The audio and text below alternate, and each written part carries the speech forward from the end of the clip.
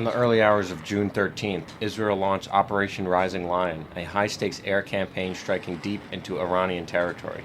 According to IDF sources, the operation targeted over 100 sites, predominantly nuclear military installations, using a fleet of more than 200 warplanes, notably F-35 stealth fighters. The mission's stated goal: to halt Iran's ascent toward nuclear weapons by degrading its enrichment infrastructure and eliminating key figures in its military and nuclear hierarchy. Prime Minister Netanyahu framed the assault as existential, stating that Iran had enough highly enriched uranium for fully 9 bombs and was on the cusp of weaponization within a few months, less than a year.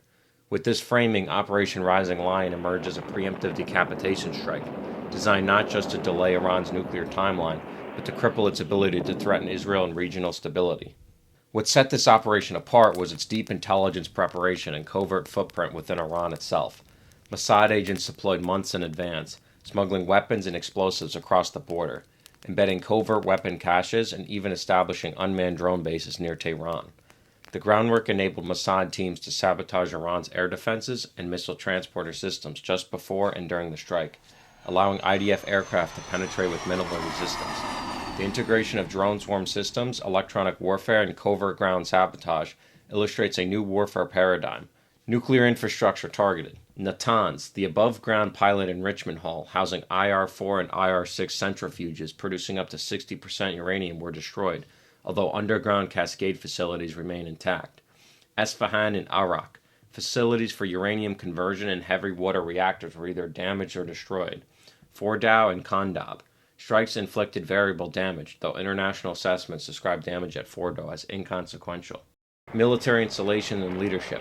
Sites linked to IRGC ground forces were targeting, including ammunition depots in Kermanshah, and residential compounds housing senior officials were also hit, collapsing structure and killing military and civilian personnel. Authorities reported the deaths of at least 78 people, with 329 injured.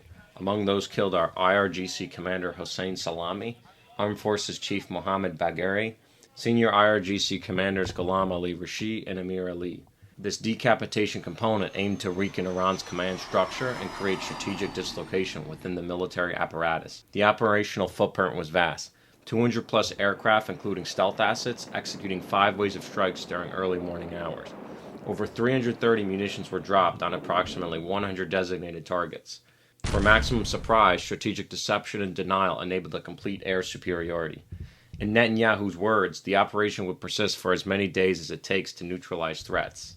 Iranian retaliation. By the night of June 13th, Iran responded with over 100 Shahed drones and ballistic missiles targeting Israel. Most were intercepted by Israeli air defenses, although several penetrated into Israel and Jordanian airspace. In Israel, interior strikes caused minor injuries and infrastructure damage. Domestic fallout in Iran. Tehran imposed internet and media blackout. Supreme Leader Khamenei denounced the attack as a crime and vowed revenge, while the IRGC appointed replacement leadership and suspended nuclear talks planned for June 15th. The United States officially distanced itself from direct involvement, labeling these strikes as Israel's sovereign right under self-defense. Some lawmakers warned against escalation while U.S. forces in the region were put on high alert. Europe and global community. The UN Secretary General urged restraint. The IAEA decried attacks on nuclear sites. And many countries, Turkey, Saudi Arabia, EU members, condemned the operation as a dangerous escalation. Iran's allies and proxy groups. Hezbollah and the Houthis expressed solidarity with Iran.